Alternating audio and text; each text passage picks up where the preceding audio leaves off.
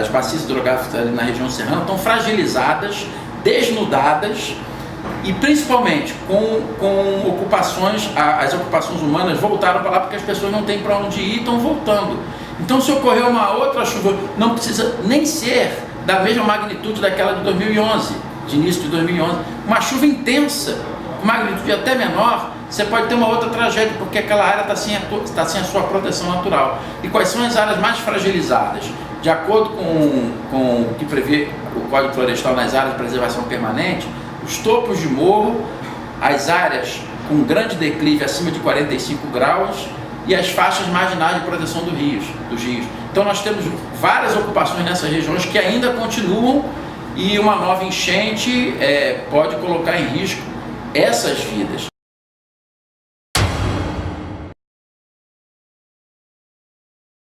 A gente também caracterizou nessa inspeção que fizemos, que o RJ fez 6 meses após o acidente, que praticamente não foram tomadas medidas minimamente necessárias para se controlar o problema das enchentes. Só se fez medida tipo tapa-buraco. Ou seja, as autoridades não tomaram nenhuma providência após 6 meses após a chuva. Negligência total das autoridades com relação às medidas para controle das enchentes. Controle. Então, está se fazendo botar a cidade em dia. Lá em Bom Jardim, por exemplo, nós estivemos lá em Bom Jardim, até hoje está com a ponte provisória. Você vê que enquanto lá naquela tragédia do tsunami no Japão, uma semana depois da tragédia, estava tudo já reconstruído. Nós já passamos 6 meses após a tragédia, aquelas pontes que caíram ainda continuam sem ponte, ainda continuam com ponte provisória.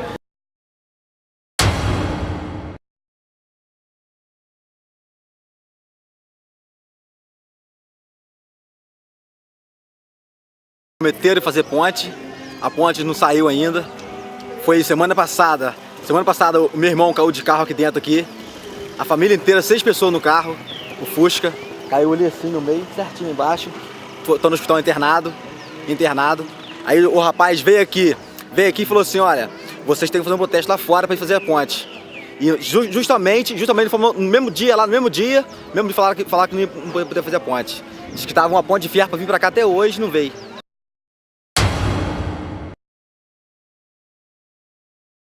Nós não vemos na região nenhuma medida de curto prazo. Por exemplo, não existe nenhuma barragem de cheia na região.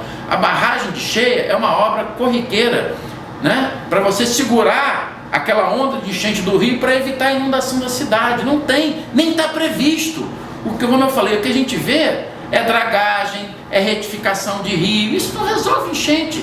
Você não tem monitoramento adequado, você não tem implantação de previsão de obras nas encostas para poder reter os escoamentos, para poder fazer uma proteção do solo. Você não tem investimentos adequados para o saneamento, porque os rios se transformam em verdadeiros valões de esgoto, recebendo lixo. A situação está caótica. Esses estudos cabem à prefeitura ou ao Estado? Na realidade, tem algumas intervenções que são de responsabilidade do município, algumas que são responsabilidade do Estado e da União. É muito importante, como eu falei, se ter uma programação de curto, médio prazo. Você tem que ter um planejamento naquela bacia para que futuras chuvas intensas que ocorram, né, a cidade esteja protegida. Aquela população não pode ficar eternamente na insegurança de uma chuva intensa vir a destruir novamente sua casa e colocar em risco sua vida. O poder público tem obrigação, existe tecnologia para isso. Infelizmente não tem existido vontade política. As prefeituras da região serrana não têm criado políticas públicas efetivas. Uma série de obras que podem ser feitas para proteger a bacia contra as enchentes e contra os deslizamentos em costa, e obras preventivas para desocupar nessas áreas mais críticas a população. Mas isso depende de planejamento, de política pública e depende de decisão e de bom uso do dinheiro público. Isso não está acontecendo.